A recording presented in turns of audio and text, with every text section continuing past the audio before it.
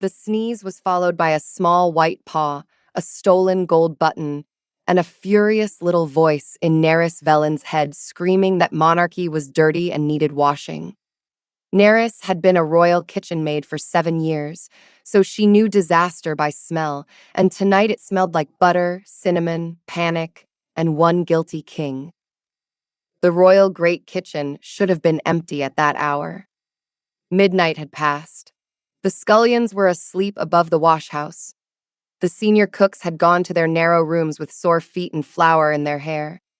The last delivery boy had been chased away by Mistress Hallett, who believed turnips could be trusted less after dusk. Only the ovens still breathed. Their red heat glowed behind iron mouths. Copper pots hung from hooks like sleeping moons. Flour dust floated in the air, soft and pale, turning the beams of the dying lamps into hazy gold. The long tables had been scrubbed until they shone. Trays of cooling bread lined the far wall. Near the main hearth, on a square of clean linen, sat the last plate of Neris's honey cakes. They were small, plain, and not meant for kings. That was important. They were made from leftover batter, kitchen honey, and the corner of a lemon Neris had rescued from being thrown into a nobleman's fish sauce. She had baked them for herself after finishing the banquet sweets. 6 little cakes, brushed with warm honey, dusted with sugar, and set aside for one tired Omega who had spent 14 hours keeping richer people fed. Now there were 5. King Meron Draven, Alpha of the Ash Vale, stood beside the stove with one cake in his hand. He ruled 6 wolf clans and looked prepared to deny bread existed. He wore no crown. He did not need one. He was tall, black-haired, broad-shouldered, and severe enough to make candle flames stand straighter. His white shirt was open at the throat beneath a dark coat. One sleeve was rolled back. A streak of sugar dusted his thumb. Neris stared at him. He stared back. From inside the flour barrel came frantic scrubbing. Wash, wash, wash! Royal hand dirt. Gold dirt. Pocket dirt. Very serious dirt. The thing inside the barrel made a wet slapping sound. Neris closed her eyes for half a second. She had known the palace would kill her one day. She had expected a falling soup pot, a spoiled duck, or Mistress Hallett discovering the missing nutmeg. She had not expected to die because a flour-covered raccoon had caught the Alpha King stealing dessert. King Meron lowered the cake by 1 inch. "Miss Velen," he said, in the same voice he used to condemn traitors and approve border taxes, "you are awake late." Neris looked at the honey cake in his hand. Then she looked at the plate. Then she looked at his mouth, where a suspicious grain of sugar clung to the corner. "Your Majesty is also awake late," she answered. The flour barrel muttered, "Big Wolf lies. Big Wolf has cake breath." Neris pressed her lips together. Meron's eyes narrowed a little. They were a cold gray-green, sharp as winter water. Most people lowered their heads when those eyes found them. Neris would have done the same in daylight. In daylight, she was a low kitchen Omega, useful when unseen, replaceable when inconvenient, and expected to fold herself smaller around every Alpha who entered a room. But it was midnight. She had flour on her apron, honey on her wrist, and 14 hours of kitchen exhaustion behind her. Also, the king had stolen her cake. "I am conducting a security inspection," Meron told her. The barrel gave a squeak so outraged that the lid jumped. "Security cake! Inspection teeth! Arrest him!" Neris coughed into her hand. Neris asked if he meant the cakes. Meron corrected her with royal gravity. He was inspecting the kitchen. "The cake was in the kitchen," Neris pointed out. His expression did not change. That made it worse. King Meron Draven could have stood before an invading army with that face, one hand on a sword, explaining that the army had been merely checking the road. Something small and white erupted from the flour barrel. It landed on the table with a thump, leaving 2 powdery paw prints and 1 wet gold button behind. The creature was roughly the size of a fat cat, if a cat had been assembled from stolen gloves, nerves, and criminal purpose. Its black mask was half hidden beneath flour. Its ringed tail dragged through spilled sugar. Its clever little hands clutched a royal button and a lump of cake. Pip, the palace raccoon, lifted both paws over his head and froze. In Neris's mind, he screamed, "The mountain is looking! The cake mountain is looking! I am dead! Tell my nuts I loved them!" Meron's gaze dropped to the raccoon. The raccoon fell backward into the flour barrel. Only the tail remained visible. Neris inhaled slowly. The air smelled of warm honey and humiliation. None of it was hers, which was new. "That," Meron said, "is vermin." The tail twitched. Rude king. Dirty king. Button thief blaming honest washer. Neris lifted one hand before Pip could climb out and bite the royal ankle. Pip had never successfully bitten anything larger than a plum, but he had enormous faith in himself before danger became personal. "He is not vermin," she said with care. "He is a problem." Meron observed that the problem had his button. Neris could not deny it. Pip's head rose from the barrel. Flour slid off his ears. He held up the button like a priest displaying a holy relic. "Needs washing. All shiny things need washing. Human pockets are soup." Neris pinched the bridge of her nose. "He believes shiny things are unclean until washed." Meron's stare moved from Pip to her. The kitchen seemed to shrink around that glance. The fire popped. Somewhere behind the pantry wall, a mouse whispered that it had never trusted kings or raisins. Neris ignored the mouse. Mice always had political opinions after midnight. "You understand it," Meron said. That was not a question. Neris felt her stomach tighten. Her gift had survived because she kept it quiet. In a palace full of alphas, priests, courtiers, and bored noblewomen, unusual Omega abilities were rarely treated as useful.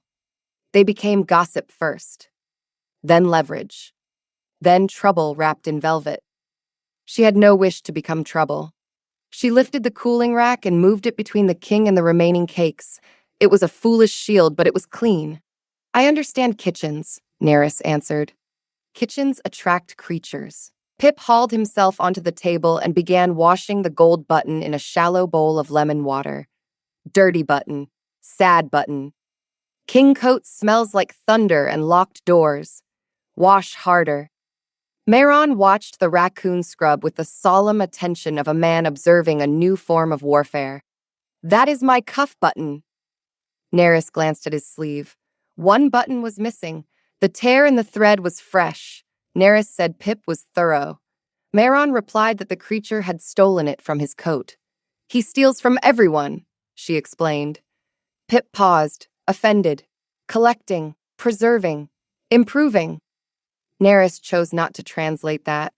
Meron turned the honey cake in his hand. He had not eaten the rest. This showed either discipline or fear of raccoon judgment. Neris hoped it was the second. "No one may know I was here," the king said. Neris looked at him across the flour haze. His face had returned to its public shape. Cold, perfect, impossible to touch. Yet his thumb still wore sugar, and his shoulders were held too tight for a man who had come only to inspect locks. She had seen him from a distance many times. On procession days, he moved through the palace like a blade in human form. Servants held breath until he passed. Noble alphas bowed deep and still sweated under their collars. Omegas whispered that he could smell a lie from across a ballroom.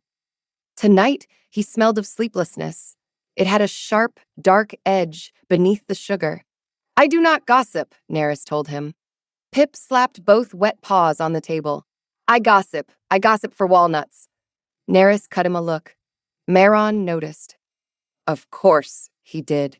Kings were trained to notice danger. Unfortunately, this king had not yet learned that the danger in the room was a damp raccoon with access to silverware. "The animal must also remain quiet," Meron said. Pip bared tiny teeth. "He cannot command me. I have washed a spoon older than his family." Neris cleared her throat. "He is motivated by nuts." The king's eyebrow moved. It was barely a movement, but Neris had spent 7 years reading cook expressions to learn when pans would fly. "Nuts," Meron repeated. Hazelnuts, chestnuts, sugared almonds if you want loyalty. Pip pressed both paws to his chest. Sugared almonds make me honest. For how long? Meron asked. Neris considered the raccoon, the stolen button, and the half-eaten cake. The most powerful alpha in the kingdom was bargaining with kitchen wildlife to hide a pastry crime. With Pip? She said. Until breakfast. Maybe. Pip nodded gravely. Maybe. Depends on breakfast. Meron looked as if he regretted every treaty he had ever signed. Neris should have been terrified. Part of her was. A king could ruin a servant with one bored sentence. An alpha king could do worse with one rumor. Yet the absurdity of the moment sat warm and ridiculous in her chest. She was alone in the royal kitchen with the alpha king, 5 honey cakes, and a raccoon laundering evidence. This was not how low Omega girls were warned ruin would arrive. Meron placed the unfinished cake back on the plate. I will send nuts. Pip's ears rose. Send now. Tomorrow, Neris said quickly. The raccoon collapsed onto his stomach like a tragic prince. Starvation, betrayal, empty paws. Meron's mouth changed. Not into a smile, not quite, but the severe line softened for one dangerous second. Neris saw it and felt the kitchen change. The king looked younger without his mask, not soft, never that, but tired in a way even power could not polish. The shadows beneath his eyes were not from tonight only. They looked carved by many nights. Maybe months, maybe years. Then he picked up his button from the bowl, wet and shining. Pip shrieked in her head, Wet! It is still wet! Barbarian! Meron dried it on a cloth with great dignity. Miss Velen, he said, this inspection did not occur. Neris folded her hands in her apron. Of course, Your Majesty. Meron added that the cake had not been tested, and Neris agreed with perfect seriousness. Then he looked toward the barrel. The raccoon did not see me. Pip stuck his head around the barrel, saw everything. Tall sugar criminal. Neris swallowed a laugh badly enough that it came out like a cough. Meron studied her face for a moment. A little suspicion returned to his eyes, but beneath it was something more private. He looked toward the cooling plate again, then away. The motion was quick. Too quick. Not hunger, Neris thought. Need. That was different. Need had weight. She wrapped 2 honey cakes in a scrap of clean parchment and set them near the edge of the table. Meron went still. For the inspection report, Neris explained. The king looked at the parcel as if it were a weapon. I cannot accept gifts from a kitchen maid. Then confiscate them. Pip made a tiny scandalized sound. Legal theft! Beautiful! Meron's fingers closed over the packet after a long pause. The parchment nearly vanished in his large hand. Good night, Miss Velen. His voice had lost a little iron. Neris lowered her eyes because sunrise rules were creeping back into the room. Good night, Your Majesty.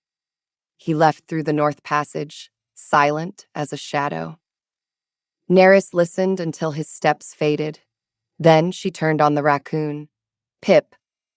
He had climbed onto the plate and was hugging the last cake. Mine. Proof. You stole from the king. He licked honey from his whiskers. The king stole first. Neris had no answer for that. By morning, the palace was exactly as it had been the day before, which meant loud, hungry, and convinced of its own importance.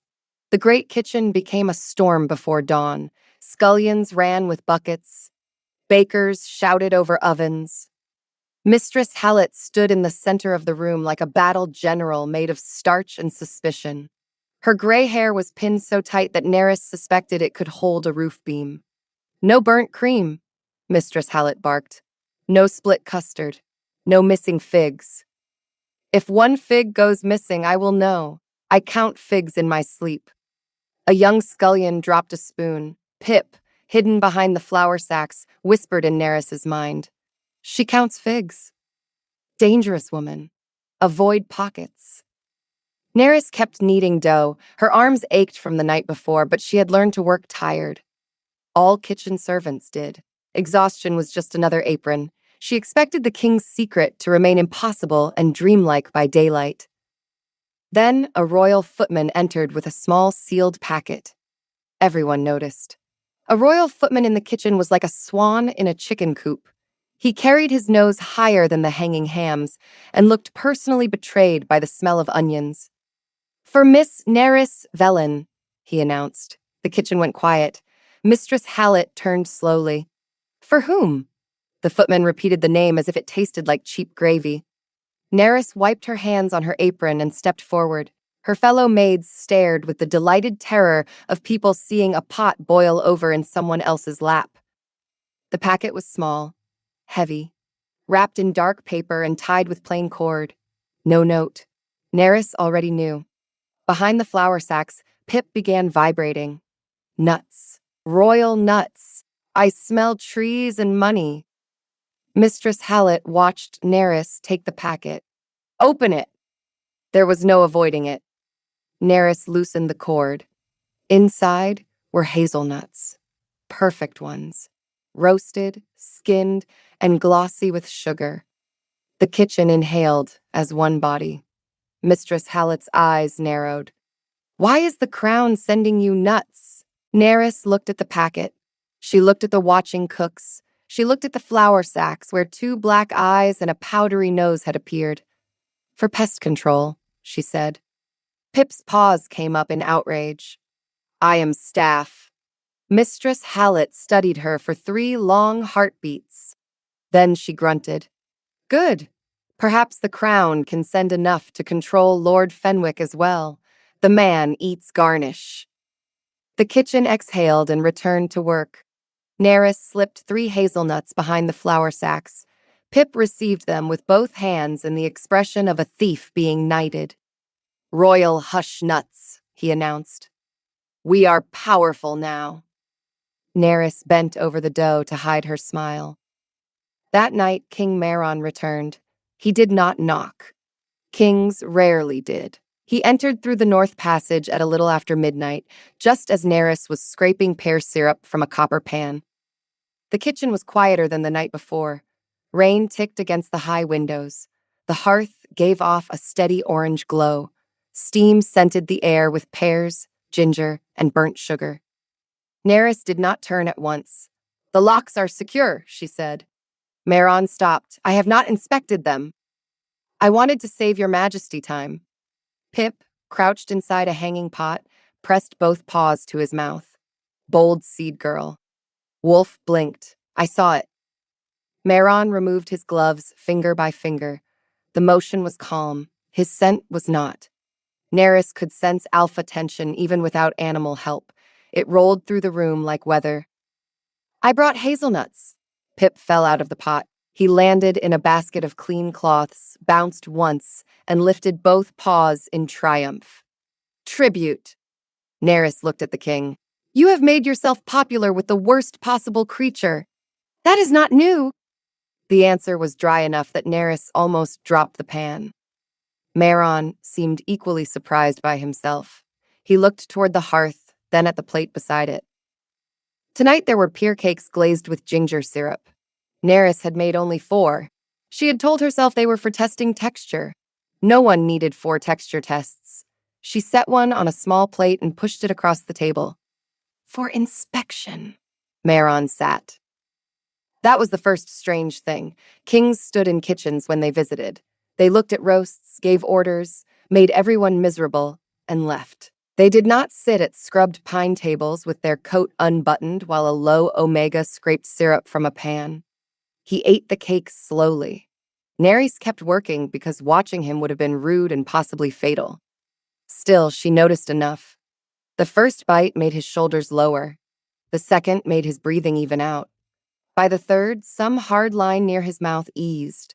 Pip watched from the cloth basket with a hazelnut in each paw. "Cake medicine," he whispered. "Big Wolf is cracked. Fill with sugar." Nerys's hand tightened on the spoon. Mairon saw that too. "What did it say?" "He thinks highly of the cake." Pip waved one nut. "Liar. I am diagnosing him." Mairon studied the raccoon and asked whether it understood them. Nerys said it did when understanding offered profit. "Does it always hide in cookware?" Meron asked. Only when he feels artistic. Pip climbed onto the table, selected a hazelnut, and dipped it into the water bowl. Wash before trust. Neris watched the nut soften in the water. Pip, that one is sugared. Too late. The sugar dissolved. Pip stared at the water in horror. My nut is melting. Sorcery. Kitchen witchcraft. Arrest the bowl. Meron's spoon paused halfway to his mouth. Neris tried not to laugh. She failed quietly. The king looked from her to the raccoon, then back to her. Something moved in his face. It was not the full laugh she had imagined he might have buried somewhere. It was smaller, a crack in winter ice. Meron observed that Pip had drowned the nut. Neris corrected him, explaining that Pip had washed it. Into soup, Meron said. Pip shoved both paws into the water and tried to rescue the sugar. Neris leaned on the table, shoulders shaking. The corner of Meron's mouth betrayed him. For a few seconds, the great kitchen held a dangerous miracle. The king did not look like a statue. Neris did not feel invisible. A raccoon mourned syrup water with the despair of a widower. Rain tapped the windows. Pear and ginger warmed the dark. Then Meron looked down at his plate, and the smile vanished as if he had caught himself stealing from his own mask. You must not become familiar with me, he said. Neris's laughter faded. She picked up the syrup pan and set it in the wash basin. Neris said familiarity would be easier to avoid if he stopped visiting her kitchen after midnight. Meron reminded her that it was not her kitchen. At midnight it is. Pip nodded from the water bowl. She has mop rights. Ancient law. Meron did not answer at once. His gaze moved over the kitchen, the polished tables, the cooling racks, the hooks and knives, the banked ovens, the dark windows beyond which the palace slept in layers of stone and rank. This room is quieter than the rest of the palace, he said at last. Neris heard what he did not say. It was not about locks. She placed another cake near his plate without comment. He looked at it, then at her. You are not afraid of me, Meron said. Neris thought of daylight, of bowed heads, of alpha nobles who expected omega servants to move before they spoke, of her own gift folded small under her tongue. She was afraid of many things, including him, but not here, not entirely. I am afraid of Mistress Hallett before breakfast, she told him. Your Majesty will have to compete. Pip inhaled like someone had insulted religion. Blasphemy. True blasphemy. Meron picked up the second cake. I will consider my strategy. That became the pattern. Not quickly. Nothing in a palace changed quickly unless it was a rumor or a sauce. But over the next 2 weeks, the North Passage opened after midnight more often than it should have. Sometimes Meron came for only 10 minutes. Sometimes he stayed until the ovens cooled and the first milk cart rattled beyond the courtyard. Each time, he brought nuts. Pip treated the offerings as legal tribute. He developed a system. Hazelnuts went under the loose stone near the pantry. Walnuts went in the blue flour bin. Sugared almonds were too precious for storage and had to be held, admired, washed, regretted, and eaten in one dramatic cycle. Meron learned this against his will. The first full week of midnight inspections produced more disorder than any invading army had managed in a century. On Monday, Pip discovered that boiled eggs were not stones. He had been certain they were suspicious white river rocks placed in the pantry to test him. After dragging one into the wash basin and scrubbing it with both paws, he cracked it by accident. The yolk appeared. Pip leapt backward, hit a hanging ladle, and announced in Neris's mind that the rock had a secret sun inside it. Meron, who had arrived in the doorway at exactly the wrong moment, watched a flowery raccoon accuse an egg of treason. He took off his gloves, set down a packet of hazelnuts, and behaved as if egg betrayal belonged in ordinary royal business.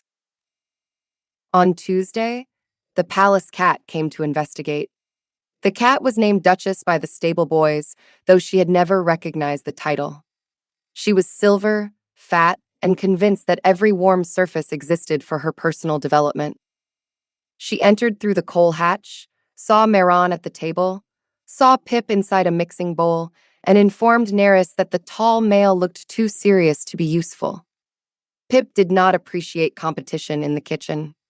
He climbed out of the bowl with wet paws, puffed his tail until it looked like a bottle brush, and tried to stare the cat down. Duchess yawned, walked past him, and sat on Meron's boot. The king looked down at the cat. The cat looked up at the king. Neither moved. Neris kept glazing lemon buns and pretended this was normal. In her head, Duchess began making a list of Meron's failures. He did not smell of fish. His lap was unavailable. His boot was acceptable but not generous. His face suggested he had never chased a curtain, which was a shame. Pip, crushed by being ignored, stole Meron's glove and washed it in milk. By Wednesday, Neris had learned to place a towel between Meron's belongings and any surface below raccoon height. This helped for 6 minutes. Pip solved the problem by climbing the towel, dragging it down, and celebrating the invention of assisted theft. On Thursday, Meron attempted to help pipe cream into small pastries. That was a mistake. The king had hands built for swords, reins, and signing death warrants. The pastry bag did not respect any of those skills. Neris showed him how to hold it gently. Meron listened with grave attention. Then he squeezed with the focus of a man ending a rebellion. Cream shot across the table. It struck Pip in the chest. For one shining second, the raccoon stood upright with a white star of cream on his fur, stunned by destiny. Then he looked down and realized he had been attacked by dessert. Blessed violence, he whispered. Again. Meron stared at the pastry bag as if it had betrayed chain of command. Neris had to turn toward the oven because laughter was making her shoulders shake. The king tried again with less force. The second attempt produced a crooked curl that leaned sadly to one side. Pip ate it before anyone could judge. On Friday, a mouse under the pantry shelf began composing songs about the Midnight King. Neris had no desire to hear them. Mice favored political satire, and their rhymes were terrible. Unfortunately, the mouse had an audience of 3 cousins and a beetle. Its first verse accused Meron of ruling 6 clans but losing a war against Custard. Neris dropped a spoon into the washwater. Meron looked up from cracking walnuts. Neris told him nothing. She refused to explain that a mouse had found a rhyme for custard and blustered. Some truths did not improve a man's night. Pip loved the song. He hummed it for 2 days with no tune and too much confidence. By Saturday, even the kitchen itself seemed to expect Meron. Neris found herself saving the chair nearest the hearth. She told herself this was because he blocked fewer shelves there. She kept the second cup near the kettle because he used it. She made an extra pastry because texture testing remained a serious duty. Pip did not let her pretend for long. Seed Girl makes wolf cake. Seed Girl says not wolf cake. Cake smells like lies and lemon. Neris threatened to put him outside.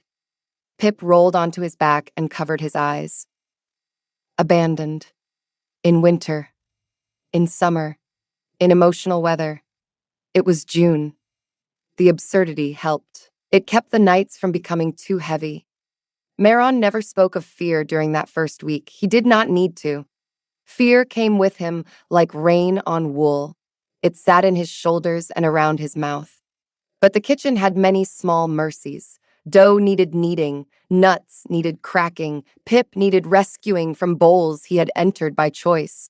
These things gave a troubled king something to do with his hands besides hold himself together. One night he brought pistachios. Pip stared at them. Green secrets, suspicious shells, need tools. He stole Meron's silver collar pin to pry them open. The king noticed only after he had spent 3 full minutes discussing border grain routes with Neris, looking severe and royal while a raccoon used his jewelry as farm equipment. That is a royal pin, Meron said. Pip wedged it under a shell. Royal lever. Neris took the pin away before history could blame her for damaged regalia. Another night, Pip stole a folded paper from Meron's coat. Neris caught him before he reached the wash basin. because no kitchen maid wanted to explain why a treaty had been soaked in walnut water. "Pip," she warned. The raccoon clutched the paper to his chest. Flat, shiny smell. Important dirt.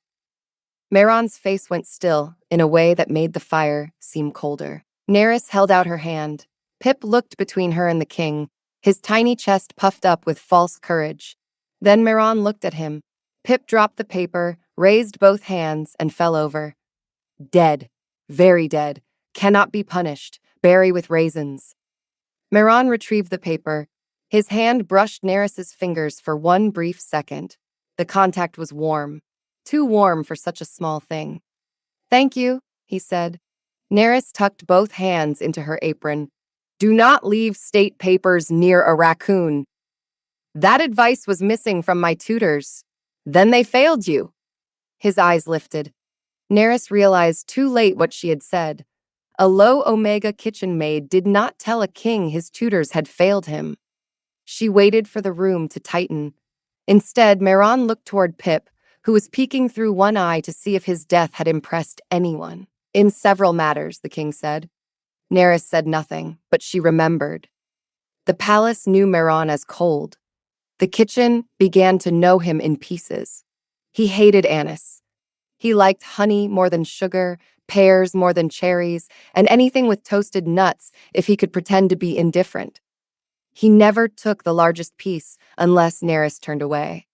He held cups by the handle with such careful control that she wondered how many fragile things had broken around him when he was young. He did not sleep well. That became impossible to miss. Some nights, his hands were steady, but his eyes were not. Some nights he entered the kitchen with his coat buttoned wrong, his jaw tight, and the scent of cold stone clinging to him. He would sit without speaking until Neris placed something warm before him. Then, slowly, the room would do what no council chamber could. It would bring him back to himself.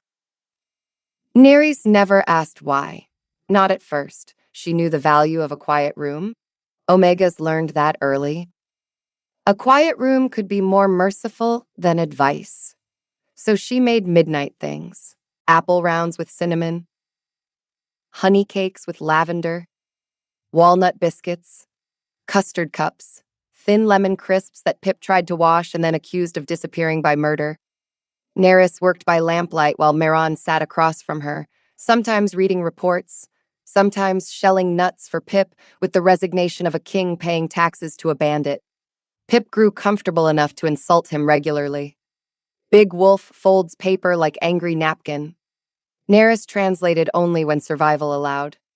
Once, Meron asked what Pip thought of a visiting duke who had passed through the kitchen earlier that day.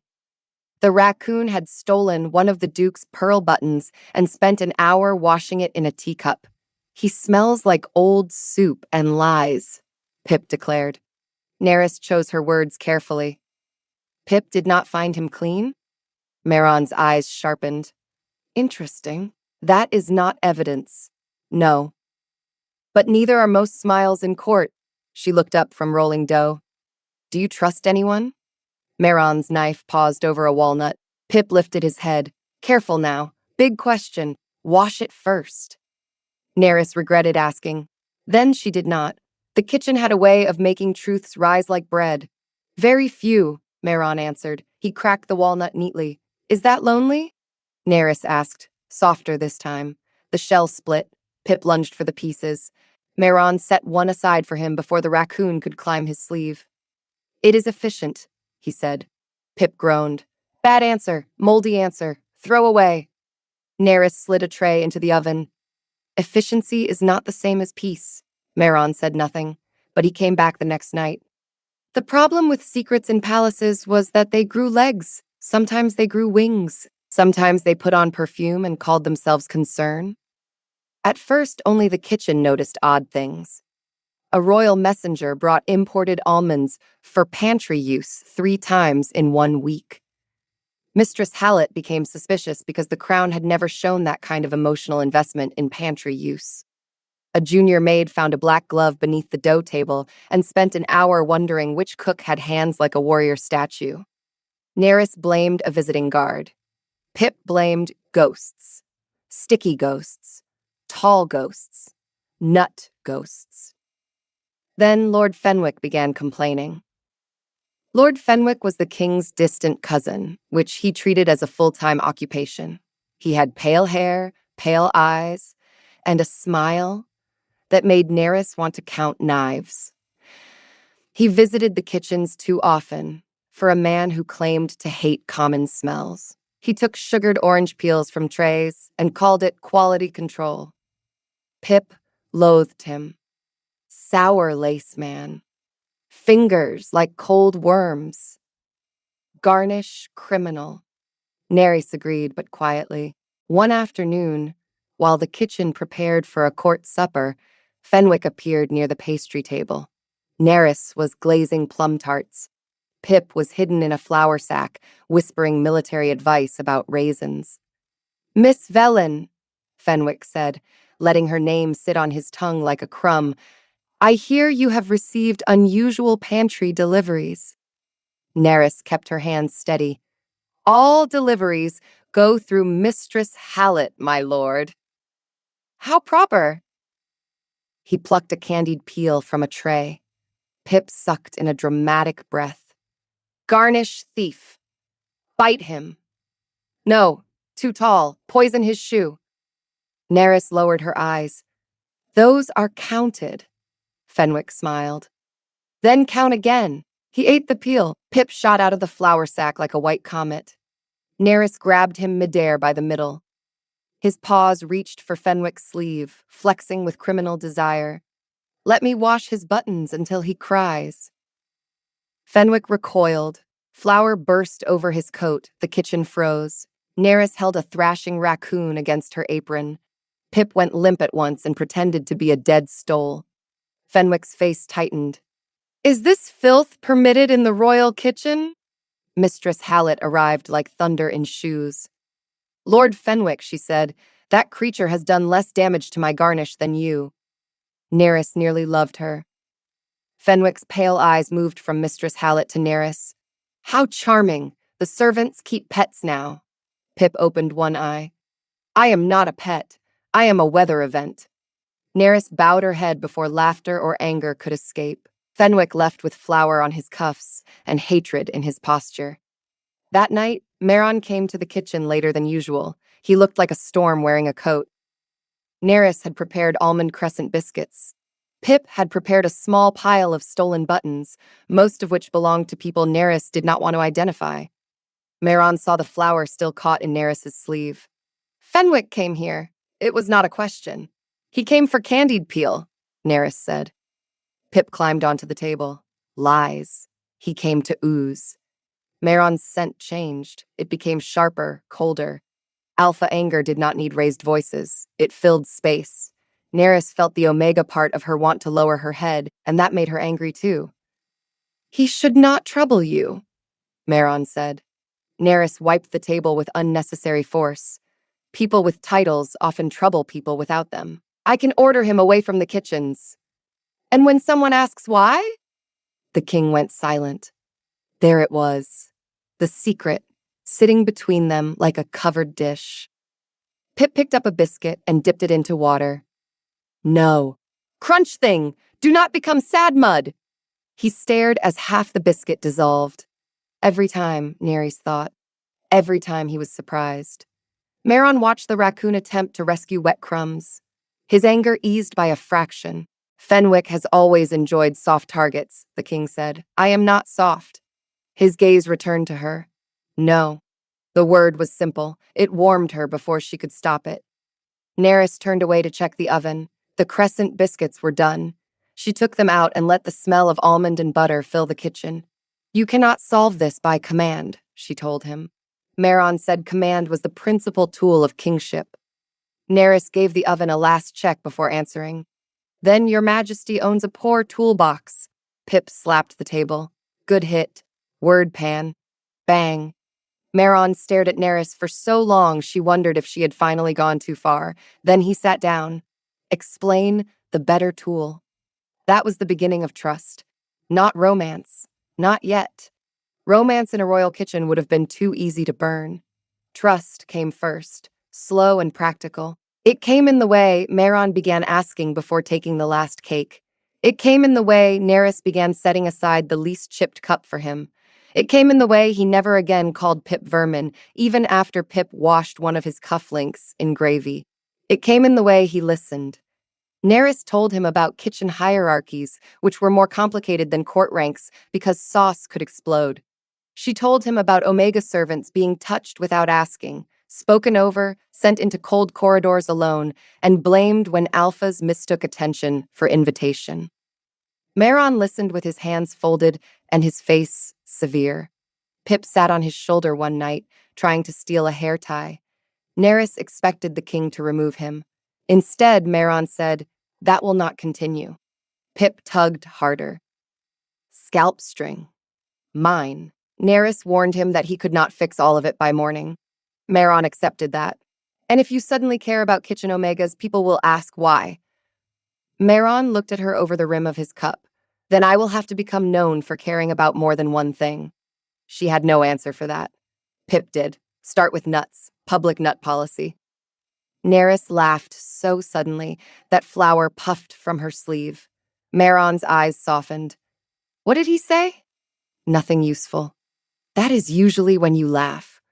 He noticed too much. She liked it too much. The next week, changes began without Neris's name attached.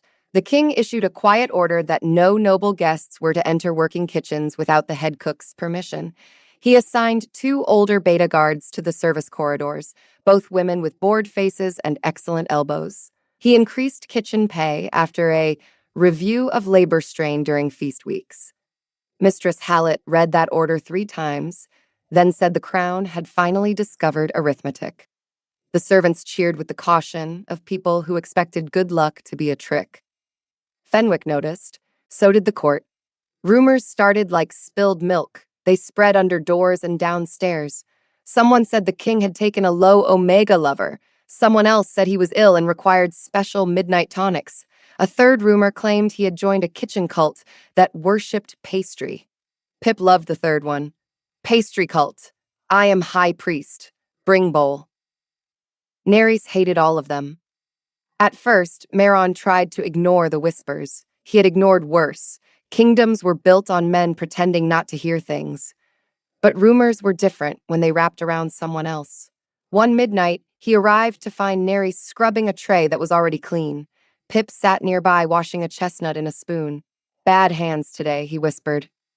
"Seed girl smells sharp, sad sharp." Meron removed his coat slowly. "Who upset you?" "No one," Pip snorted. "Everyone. Many mouth people. Bite them." Neris lowered the tray. She had planned to say nothing. She had planned to keep the kitchen as it was, warm and separate from court air. Plans were like meringue, beautiful until humidity. A laundress asked if I knew what royal sheets felt like. Meron's face emptied. The kitchen fire snapped. Meron asked who had said it. Neris refused, but he said her name with dangerous care. It was the first time he had used her given name without asking. It should have bothered her. It did not. That bothered her more. She faced him across the table. "This is what I meant. You cannot command every mouth shut. If people think I am your secret, they will make me smaller until I fit their version." "You are not my secret." The words came too quickly. Pip looked between them. Big feeling. Needs washing. "Where is Bucket?" Neris breathed in. Butter, ash, wet chestnut, cold rain on Meron's coat. "Then what am I?" Meron did not answer. There were many answers he could have given. Kitchen maid. Subject. Useful witness. Woman who baked too well and listened too closely. But the silence told her enough. He did not know how to name something that had grown where no permission had been granted. Neris nodded once. "That is what I thought." She went back to the tray. Meron stood on the other side of the table, jaw tight, hands still. For once, he looked less like a king than a man who had reached for a door and found the handle missing. Pip took the chestnut from the spoon. "Wrong silence," he said softly. "This silence has mold." Meron left early that night. He took no cake. Pip watched the North Passage close and made a low, unhappy sound. Big Wolf forgot sugar. Very sick.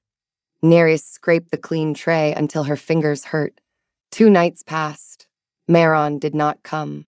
The kitchen continued. That was the cruelty of kitchens. Bread rose. Soup boiled. Ducks needed stuffing. People could feel hollow, and still someone had to peel carrots.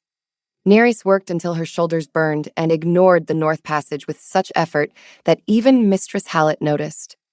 "If you glare at that wall any harder," the head cook said, "it will confess." Nereus nearly dropped a bowl. Mistress Hallett did not look at her. She rolled pastry with brutal precision. "Men with titles are often stupid," the older woman continued. "Men without titles are also stupid, but cheaper to feed." Nereus stared. Mistress Hallett dusted the dough. "I have eyes, girl. Not romantic ones. Practical ones.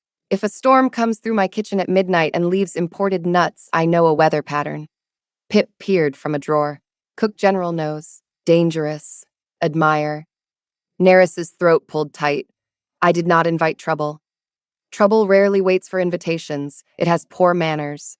That was the closest Mistress Hallett came to comfort. It worked anyway. On the third night, Meron returned. He looked worse. His coat was damp from rain. His hair had been pushed back with one impatient hand. The shadows under his eyes were deeper. He carried no nuts. Pip stood on the table with both paws on his hips. No tribute. Suspicious. Possibly counterfeit king. Nereus kept her hands in a bowl of dough. Meron stopped several steps away. "I owe you an answer." The dough was soft between her fingers. It gave under pressure. People did not. "You owe yourself one first," she said. He took that like a blow, though nothing showed except a brief tightening around his eyes. "You are not a secret," Meron said. "You are the only place in this palace where I have not had to perform being unbreakable." Pip sat down. "Oh, good words. Needs nut, but good." Nereus did not speak. Meron looked at the hearth, then at the table, then at his own empty hands. "I started coming because I could not sleep. I could not breathe in my rooms. Every corridor had guards listening for weakness. Every chamber held decisions waiting like knives. The kitchen smelled of honey and smoke, and no one bowed because no one was awake." His voice stayed controlled, but the control cost him. Nereus could hear it. "Then I found your cakes." "Stole," Nereus corrected quietly. His mouth moved. "Stole your cakes." Pip raised one paw. "Witness." "And then," Meron continued, "I found that you looked at me and saw something worse than a king." Nereus frowned. "Worse? A tired man with sugar on his thumb." The laugh caught her by surprise. It slipped out and broke some of the tightness in the room. Meron's shoulders lowered. Pip flopped backward in relief. Saved. Romance dough rising. Nereus pulled her hands from the bowl and washed them at the basin. She needed the pause. "I cannot be hidden in your midnight," she told him. Meron said he knew. Nereus pushed further, telling him she could not survive becoming court gossip. He claimed to know that too. "Do you?" The question hung over the table. "Myron met it. I am learning." That answer mattered more than a promise. Promises were easy for kings. Learning required humility, and humility looked strange on him, like flour on black velvet. Pip climbed into the dough bowl. Nereus caught him by the tail before he could sit. "Absolutely not. Warm cloud," he complained. "I need comfort." Meron looked at the raccoon dangling upside down from Nereus's hand. "I forgot the nuts." Pip went limp. Forgot. Dead again. Meron reached into his coat and removed a small packet. "I did not forget the almonds." Pip resurrected so fast that Nereus nearly dropped him. That night did not fix everything. Good nights rarely did. But Meron stayed. Nereus baked ginger buns. Pip washed 3 almonds, lost the sugar, shouted at the bowl, and accused gravity of treason. The kitchen breathed again. The real trouble arrived wrapped in spun sugar. The midsummer court feast was the largest event of the season. It required 6 roasted boars, 11 fish courses, 300 honeyed pears, and a sugar tower shaped like the royal citadel. It also required everyone in the kitchen to become temporarily insane. Mistress Hallett announced this at dawn. Temporary insanity is no excuse for sloppy pastry, she said.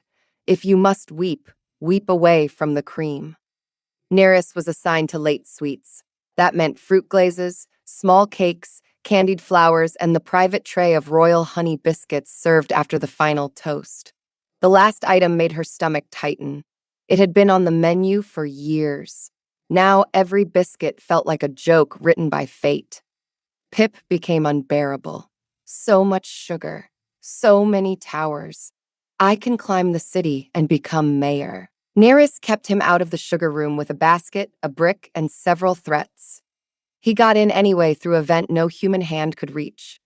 By afternoon, he was found hanging from the sugar citadel by his back paws, licking a wall. Mistress Hallett looked up. Neris looked up. Pip froze with his tongue still out. Structural testing, he whispered. Mistress Hallett pointed one rolling pin at him. If that creature takes down my citadel, I will serve him glazed. Pip dropped into Neris's arms and played dead. The kitchen survived until evening by miracle, spite, and butter. Servants carried course after course upstairs. Music drifted down through the stone like expensive insects. Every time the banquet doors opened, Neris caught glimpses of silk, jewels, candles, and the bright, cruel faces of the court. Mehran sat at the high table. She saw him only once, from far across the service corridor. He wore black formal dress with silver at the throat. His crown rested above his dark hair. His face was the public one again, carved and distant. Courtiers leaned in. He gave nothing away. For a moment, Neris wondered if midnight had imagined him. Then his gaze moved across the hall and found the service doorway. Only for a breath. It was enough. Pip, hidden under her apron hem, whispered, "Big wolf sees seed girl, tail invisible but wagging."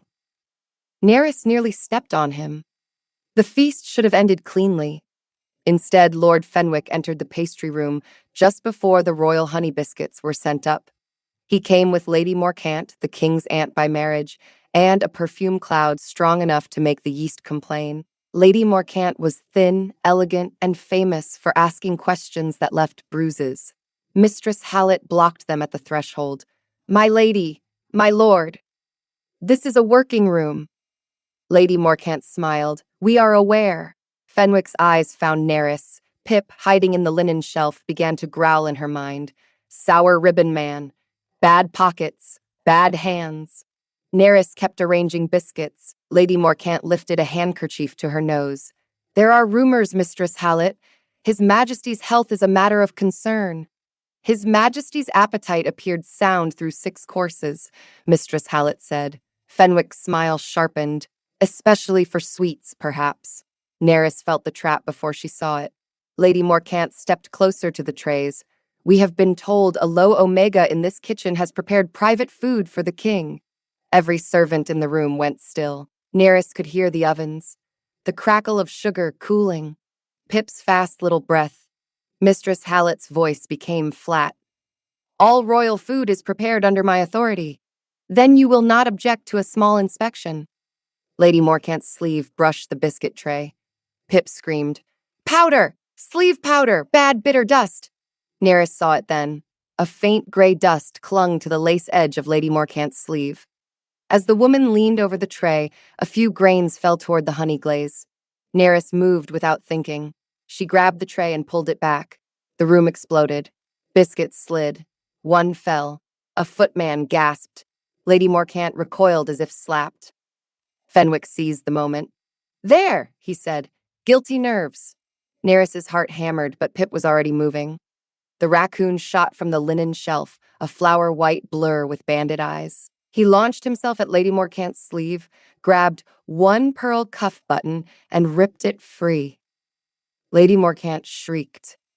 Pip landed in a basket of napkins and bolted beneath the table. "Mine! Dirty poison pearl! Wash! Wash! Wash! Catch that thing!" Fenwick shouted. Mistress Hallett did not move. Neither did the older beta guard at the door. The guard had seen enough kitchen disasters to know the difference between chaos and useful chaos. Neris eased the tray onto the table. Her mind raced. If she said the raccoon had told her, they would laugh or worse. If she said nothing, the poisoned biscuits would become her crime. Low Omega. Private Royal Suites. Rumors already prepared the noose. Under the table, Pip splashed. Neris looked down. He had found a rinse bowl and was scrubbing the pearl button with both paws. The water around it darkened gray. Not clean. Bad dust sticks. Evil sleeve. Bad lady nest. Neris grabbed the bowl. Lady Morcant's face changed. There. Fear. Neris lifted the bowl high enough for the guard to see. Mistress Hallett, the water changed. The room became very quiet. Fenwick laughed once. Kitchen superstition? Mistress Hallett took the bowl, sniffed, and immediately held it away. Bitter almond, she said. The beta guard stepped inside. No one leaves. Lady Morcant drew herself up. This is absurd. Pip climbed onto Neris's shoulder, still clutching the wet pearl button. Absurd, lady. Poison lace. Biteable ankles. Neris caught his paws before he could demonstrate. Fenwick tried to move toward the door. The guard blocked him. Upstairs, the music continued. Downstairs, the royal kitchen held its breath around a poisoned bowl, a ruined tray, and a raccoon with perfect timing. Mehran arrived 6 minutes later. Neris knew because the corridor changed before he entered. Servants straightened, air tightened. Even Pip stopped trying to wash the button on Neris's collar. The king stepped into the pastry room in formal black and silver, crown still on his head. He looked at the tray, then the bowl, then Neris. His face gave nothing away. That hurt for 1 second. Then his gaze moved to her hands. They were steady. He saw that. Something in his shoulders changed, almost invisibly. Report, Mehran ordered. Mistress Hallett spoke first. Her version was dry, exact, and devastating. Lady Morcant had approached the royal biscuits. Neris had pulled the tray away. The raccoon had removed a cuff button. The rinse water had turned and smelled of bitter almond. Pip puffed up. Hero. Button hero. Need statue. Fenwick interrupted twice. Mehran silenced him with a look. Lady Morcant gave a brittle laugh. Surely your majesty does not intend to accept kitchen theatrics as evidence. Mehran turned to her. No. Her smile returned. Mehran's gaze dropped to Lady Morcant's hand. The black stone in her mourning ring sat crooked in its setting. I intend to accept the poisoned water, the residue on your sleeve, and the testimony of my head cook. His voice stayed cold as he finished. I will also accept the powdered bitter almond resin hidden inside your mourning ring. Lady Morcant's hand closed. Neris had not noticed the ring. Mehran had. He stepped closer. You were careless because you expected blame to fall where court gossip had already pointed. Fenwick's face lost color. Mehran looked at him next. And you prepared the gossip. Fenwick bowed too quickly. Your Majesty, I merely expressed concern. You expressed it to laundresses, footmen, my aunt, and 3 minor lords who owed you money. The room stayed silent. Neris understood then that Mehran had not been idle while absent from the kitchen. He had been learning the better tool, not command first. Evidence. Pip whispered in awe. Big Wolf hunted with paperwork. Mehran's public voice filled the pastry room. Lord Fenwick, Lady Morcant, you will be escorted to separate chambers.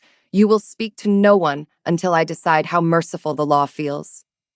The guards moved. Lady Morcant protested. Fenwick tried to look betrayed. Neither managed dignity while passing a flour-covered raccoon who hissed at their shoes. When they were gone, the kitchen remained frozen. Mehran faced the servants. This was the dangerous moment. Neris felt it in her bones. He could protect his image now. He could say he had suspected poison and use the kitchen as bait. He could call her useful and leave her low. It would be clean. It would be believable. Instead, he looked at the ruined honey biscuits. The rumors regarding Miss Velen will end tonight, he said. No one moved. I have come to this kitchen at night for several weeks, Mehran continued. Not because she summoned me, not because she sought favor, because I found, in this room, the only quiet in my own palace. Nerys forgot to breathe. Pip clutched her ear. Public cake confession. Historic. Maron's voice did not soften. That made the words stronger. Miss Velen treated me with more honesty than my court. She also fed me stolen honey cakes after I attempted to confiscate them under false authority. Mistress Hallett made a sound that might have been a cough or a victory. The kitchen stared at the king. The king stared back. Any person who turns that honesty into filth will answer to me. That was command. But it came after truth, and truth changed its weight. Then Maron looked at Nerys. For a heartbeat, the crown did not matter. The court did not matter. The kitchen smelled of bitter almond, sugar, fear, and warm hearth ash. Pip was breathing flour into her ear. Nerys stood in the middle of the room where she had worked invisible for 7 years, and the king had made her visible without making her small. Miss Velen, Maron said, I owe you an apology for leaving you to carry a secret that was never yours alone, Pip whispered. Good apology. Needs nuts. Nerys felt her throat close. She could not answer like a court lady. She did not know those rules, so she answered like herself. Your Majesty also owes me a new tray of honey biscuits. For one terrible second, the room was silent. Then Mistress Hallett laughed. It was a short, sharp sound, like a pan hitting stone. The scullions followed. The guards tried not to. Pip lost his balance on Nerys's shoulder and grabbed her hair. Maron looked at the ruined tray. Then his mouth curved in front of the entire kitchen. Maron said he would fund the ingredients. Nerys added that he would wash his hands before touching anything. Naturally. Pip raised one paw. And tribute. Nerys glanced at him. Pip says the witness requires tribute. Maron regarded the raccoon. The witness will receive almonds. Pip swooned backward into Nerys's collar. Justice.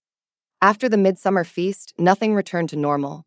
That sounded dramatic, but kitchens disliked drama. So the change arrived in practical forms first.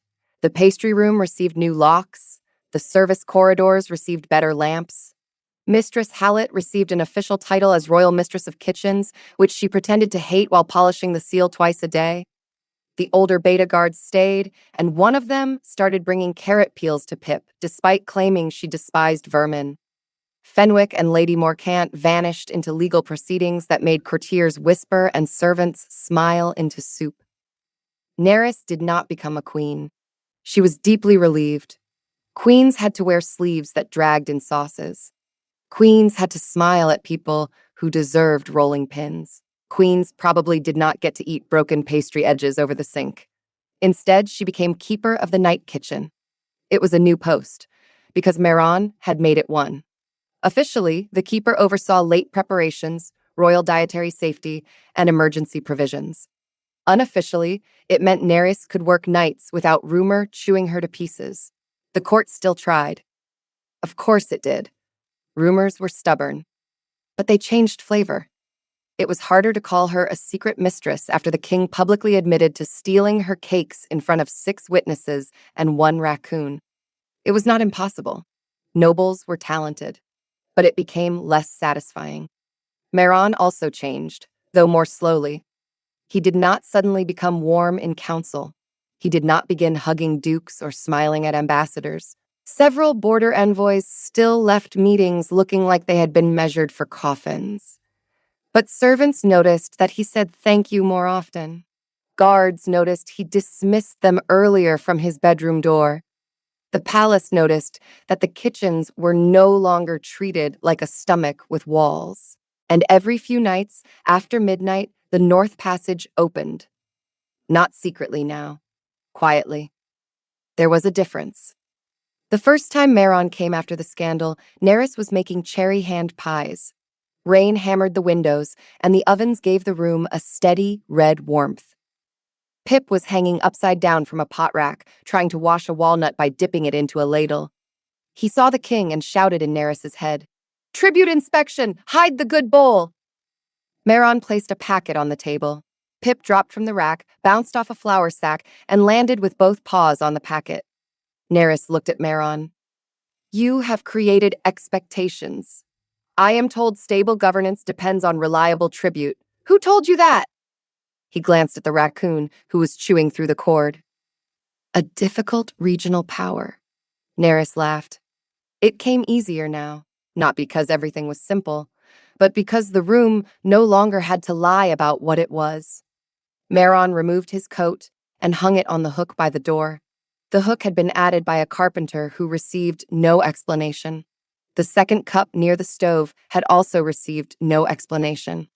Neither had the small wooden box labeled Pip's Clean Objects Do Not Eat. Pip had eaten the label twice. Meron sat at the table. He looked tired, but not hollow. Neris placed a hand pie before him and watched the steam rise through the slit in the crust. Inspection? She asked. He looked at her over the plate. No, the answer was quiet. Then what? Supper. Pip paused with one almond halfway to his mouth. Growth. Big Wolf learns words. Neris brushed flour from her hands. That is acceptable. High praise. From kitchens, yes. He ate. She rolled pastry. Pip washed an almond, lost the sugar, and screamed that history had repeated itself. Outside, the palace pressed cold and grand against the night. Inside, the kitchen held its pocket of warmth. Weeks passed into late summer. Neris learned how to make work for a king's restless hands. If Meron arrived too tense, she gave him walnuts to crack. If he looked trapped inside his own thoughts, she made him grind cinnamon. If he tried to read reports while pretending to rest, she gave the papers to Pip to sit on. Pip took this duty seriously. Flat work is mine. Big Wolf must chew cake. Meron learned to ask about her day before speaking of his. He learned that Mistress Hallett could be bribed with good pepper. He learned that young scullions stole sleep in flower corners. He learned that Neris liked the first quiet hour after bread went into the ovens, when the whole kitchen smelled like tomorrow. Neris learned his signs too. When Meron rubbed his thumb against his ring finger, counsel had gone badly. When he stood too near the door, some old fear had followed him down the passage. When he took the smallest cake, he was punishing himself for wanting anything. She began giving him the largest one without comment. Pip approved. Feed tall, sad thing. Sad things become bitey. One night, Neris found Meron staring at the hearth with an untouched plum tart before him. Pip had fallen asleep in a mixing bowl, one paw still wrapped around a hazelnut. The kitchen was softer without his commentary. Rain whispered in the chimney. The lamps burned low. Neris sat across from the king. Bad counsel? Meron did not deny it. A border clan wants proof I am not becoming weak. Because you improved kitchen wages? Because I admitted needing quiet. Neris folded her hands. Do you believe that made you weak? He looked at her then. Crownless, tired, still dangerous, but not unreachable. Some days I do not know what strength is, only what people punish. That was too honest for the hour, or exactly honest enough. Neris reached for the tart and broke it in half. She placed the larger piece before him. In kitchens, strength is lifting the pot without spilling soup on your own feet. His eyes lowered to the tart. That sounds more measurable. Most useful things are. Pip stirred in the bowl. Soup feet, he mumbled. Bad strategy. A smile touched Meron's mouth. Neris leaned back. You are not weak because this room helps you breathe. He held her gaze. And you are not small because this room is where I found you. The words landed between them gently. No crown, no command, no stolen cake joke to hide behind. Pip opened one eye. Gentle pause. Soft weather. Neris looked down at her hands. They were scarred from burns, rough from lye, and dusted with flour. Meron's hand rested near hers on the table, larger, darker, marked by old cuts that no court portrait would show. Neither moved for a moment. Then Pip sat up, saw the closeness, and clapped both paws over his eyes. No kissing on food table! Sanitation! My eyes need washing! He threw himself out of the bowl and ran straight into a sack of flour. The sack burst. White dust exploded across the table, the tart, Neris, and the Alpha King. For 3 breaths, nobody moved. Meron sat covered in flour from hair to shoulders, looking like a royal ghost who had lost a duel with bread. Neris stared. Pip's head emerged from the torn sack. I fixed the tension. Neris started laughing. She tried to stop and failed. She laughed until she bent over the table, one hand pressed to her stomach. Meron looked down at his ruined black shirt, then at Pip, then at Neris. The king's stern mouth trembled once. Then he laughed too. It was low, rough, and startled. A sound dragged from some locked room inside him. Neris looked up through tears and saw him with flour in his hair, laughing in the midnight kitchen. That was when she knew she was in trouble. Not political trouble. Worse. The kind that smelled like plum tart, hearth smoke, and a man learning how to be human in front of her. Autumn came with cold rain and apple stores. By then, the night kitchen had its own customs. Meron brought nuts. Neris pretended not to expect him. Pip inspected tribute, washed at least one piece, and declared it acceptable only after accusing it of crimes. Mistress Hallett left fewer comments and more extra butter. The court settled around the change because courts could get used to anything if it remained consistent and did not reduce their wine. Still, Neris knew the balance was fragile. She was an Omega kitchen worker with an official post, yes, but she was still lowborn. Meron was still an Alpha King. No amount of cherry pies erased the distance. It only made the distance warmer. One cold night, she said as much. They were peeling apples. Meron did it badly at first, removing enough flesh with the skin to offend 3 generations of cooks. Neris corrected his grip. Pip sat between them, washing apple seeds and narrating their deaths. Tiny tree ghosts. Clean ghosts. Crunch later. Neris took the knife from Meron and showed him again. Thin peel, not punishment. Meron claimed the apple had resisted. Neris told him that excuse had never improved, and he insisted it remained accurate. She smiled despite herself, then lost the smile because the thought had been waiting all evening. This cannot stay only here forever. Meron's hands stilled. Pip shoved a seed into the water bowl. Heavy sentence. Wash slow. Neris kept her eyes on the apple. I do not mean I need court jewels or balcony speeches. I would look foolish on a balcony. Also, I dislike wind. Neris. Her name and his voice was becoming dangerous. It made her want to trust endings. I mean, she continued, that the room is honest, but the world outside it still guesses. One day guessing will not be enough. They will demand a shape. Meron set down the knife. What shape do you want? That was not the question she expected from a king. Kings usually offered shapes already built. She looked at him. One I can stand inside without vanishing. The hearth cracked softly. Pip looked up from his bowl. Good shape. Needs door. And nut shelf. Meron considered her answer as if it deserved the same attention as a border treaty. Then we build slowly, he said. Neris reminded him that he could not build everything by decree. Meron accepted that, but his answer stayed steady. I can refuse to build without you. Neris's chest tightened. She hated how much she wanted to believe him. Want was risky. Omegas in palaces learned to want quietly, in small portions, preferably things no one could confiscate. Meron reached across the table, then stopped before touching her hand. He had learned that too, asking without words, waiting without offense. Neris turned her hand palm up. His fingers closed around hers.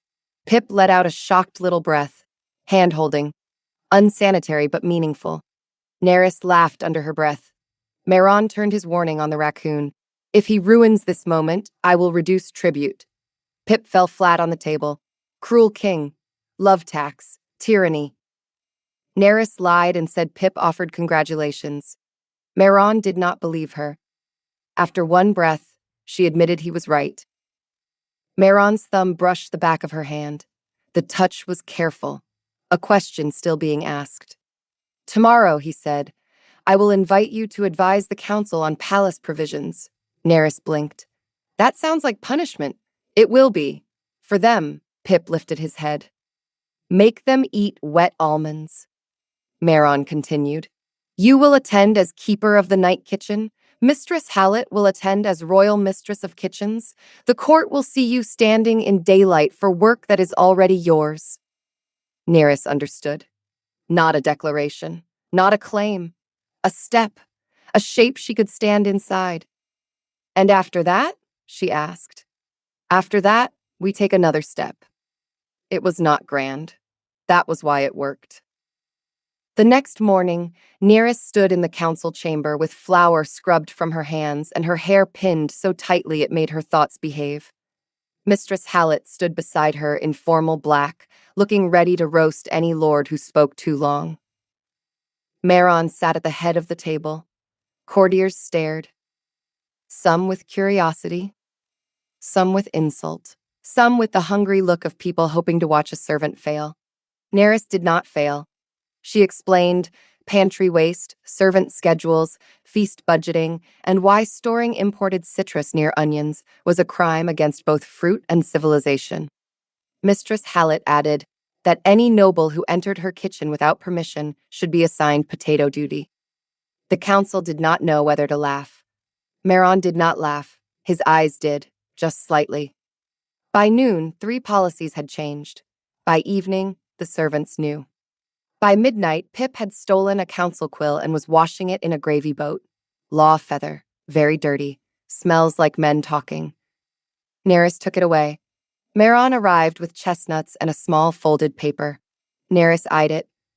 If that is another council document, keep it above raccoon height. It is not. He placed it on the table. It was a royal order. Neris read it twice. The order confirmed the night kitchen as a permanent office, independent of court gossip and answerable only to the crown and royal mistress of kitchens. It also established protections for Omega servants in all palace workrooms. Neris swallowed hard. Neris said the order was more than a step. Maron answered that it was overdue. Because of me? Maron stood across the table, lamplight cutting gold through his dark hair. Because you told me the truth. Because I listened late, but not too late. Pip climbed onto the paper and sat on the seal. Important, flat thing. Mine now. Neris laughed, then wiped at her eyes with the back of her wrist. Maron's expression changed. Did I upset you? No, you impossible man. You fixed something without making it about saving me. I am learning. Pip patted the seal. Slow wolf. Good enough. Winter arrived early that year. Snow pressed against the high kitchen windows, the courtyard stones turned white, the palace fires burned day and night, and the great kitchen became the warmest place in the castle. Everyone knew it. People invented errands to stand near the ovens. Pip became rounder. Neris blamed the weather. Mistress Hallett blamed weakness. Maron blamed tribute inflation. Pip blamed none of them. Winter body. Strategic. More places to store almonds. He also developed a habit of sleeping in Maron's cloak whenever the king hung it by the door. The first time, Maron reached for the cloak and discovered 2 black eyes glaring from the collar. Occupied, Pip announced. Find other fur. Neris translated loosely. He is resting. Maron pointed out that Pip was in his cloak. Neris said it was warm. He replied that it was royal, and she told him Pip had noticed. Maron left the cloak where it was and sat by the hearth in his shirt sleeves. Neris pretended not to notice the way the firelight moved over his forearms. The attempt lasted badly. Pip, who had supposedly been asleep, opened one eye. Seed girl staring. Very warm. Might boil. Neris dropped a spoon. Maron bent to pick it up. Their hands met around the handle. Pip sat up in the cloak. Spoon romance. Advanced. Neris took the spoon back and threatened to feed him plain oats. The raccoon hid under the cloak and muttered about censorship. By midwinter, the palace had accepted the strangest truth in a palace full of strange truths. The king often visited the night kitchen. The keeper often advised him.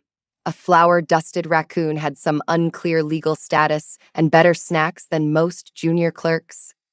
No one said mistress where Neris could hear. No one said it twice where Maron could hear. Their relationship did not become simple but it became real. Meron invited Neris to walk in the glasshouse after council. She attended 2 public meals as keeper of the night kitchen, seated below nobles but above guests who had done nothing useful with flour. He asked before touching her arm. She told him when his alpha temper filled a room too sharply. He learned to step back. She learned he would, and still, the best part remained after midnight. One snowy night, Neris made honey cakes again, the first kind. Small, plain, brushed with warm honey. She set 6 on the plate near the stove. Meron arrived while the last glaze was cooling. Snow dusted his shoulders. His hair was damp from the courtyard. He carried a packet of almonds in one hand and a small velvet box in the other. Pip saw the box, shiny coffin, open immediately. Neris pointed at him. "No stealing." Pip placed one paw over his heart. "I am insulted. No washing either." He lowered the paw, less insulted, more concerned. Meron set the almonds safely out of reach, which meant nowhere. Pip began calculating angles from the pot rack. The king looked at the honey cakes. Meron recognized the cakes as the first kind. Neris said these were better, since he had stolen the originals. He corrected the word to confiscated. She corrected him back to false authority. Pip nodded from the floor. Crime cake, foundational. Meron picked up one cake and examined it with grave attention. "Then I should make restitution." Neris looked at the velvet box. Her heart became a foolish thing. Neris warned him that if the box held a crown, she was leaving. Meron promised it was not a crown. "If it is a jeweled collar, I will hit you with a rolling pin." Meron's eyebrows rose. Pip whispered, "I want jeweled collar." "For legal reasons." Meron opened the box. Inside was a key. Not gold, not jeweled, iron, old and polished smooth from use. Neris stared at it. She knew the shape. It matched the north passage door. "This was my mother's," Meron said. "She used the passage when court became too loud. She brought me here once, when I was a boy. The kitchen staff gave me a honey cake and told me not to tell anyone I had cried." Neris had to swallow before speaking. "That is why you came here." "At first." The fire popped softly. Pip stopped climbing the chair. Meron placed the key on the table between them. "This room was never only mine, but the passage was. I want you to have the key." Neris looked from the key to him. "As keeper?" "As Neris." The answer was quiet and bare. Pip sniffed. "Key shiny. Emotional shiny. Very hard to wash." Neris laughed because if she did not, she might cry into the honey cakes. "That is not a proposal, is it?" Meron looked honestly startled. "No. I thought a proposal in a kitchen should involve your permission, Mistress Hallett's absence, and enough warning to hide the raccoon." Pip made a sound of wounded importance. "I am essential witness." Neris put her hand over her mouth. Meron's ears reddened. The Alpha King, terror of border lords, blushed in the night kitchen beside a plate of stolen cake history. "I only meant," he said, more carefully, "that there should be a door in this palace you may open without asking." Neris picked up the key. It was warm from his hand. "That," she said, "is better than a crown." Meron's expression changed, not into relief only, into something like being trusted and not knowing where to put the gift. Pip scrambled onto the table and reached for the key. Neris lifted it away. "No, but key dirty." "No." Meron offered him an almond. Pip took it, glared at the key, and marched to the water bowl. Bribery accepted under protest. Neris threaded the key onto the cord at her neck. It settled beneath her dress, against her skin. A private weight, a real one. Meron watched, and for once the quiet between them did not ask for anything. Then Pip screamed, "My almond, again! Why does sweet leave when washed?" Neris and Meron both looked over. The raccoon stood over a bowl of cloudy water, holding a plain, wet almond with the grief of a betrayed banker. Meron covered his mouth. Neris laughed first. The sound filled the kitchen. Meron's laughter joined it, low and helpless. Pip accused them both of cruelty, then drank the almond water and declared it soup. Outside, snow folded the palace into silence. Inside, the great kitchen smelled of honey, flour, warm iron, and sugared disaster. A king sat without his crown. A kitchen omega wore a key that opened more than a passage. A raccoon washed tribute with deep suspicion and no success. Neris looked at Meron through the lamplight and thought of the night he had stood there with sugar on his thumb, pretending theft was governance. She thought of poison lace, ruined biscuits, council chambers, flower explosions, and every quiet hour that had built something stronger than rumor. Meron reached for her hand across the table. This time, he did not stop halfway. Neris let him take it. Pip climbed onto the honey cake plate and lifted both paws. No kissing near cake. Crumbs have rights. Meron Sihid, does he ever sleep? Only in your cloak. I have noticed. Pip seized a cake and ran 3 steps before skidding on flour. Neris caught him by the middle. Meron rescued the cake. Pip went limp, eyes closed, paws folded over his chest. Expired. Innocent. Framed by monarchy. Neris held the limp raccoon at arm's length.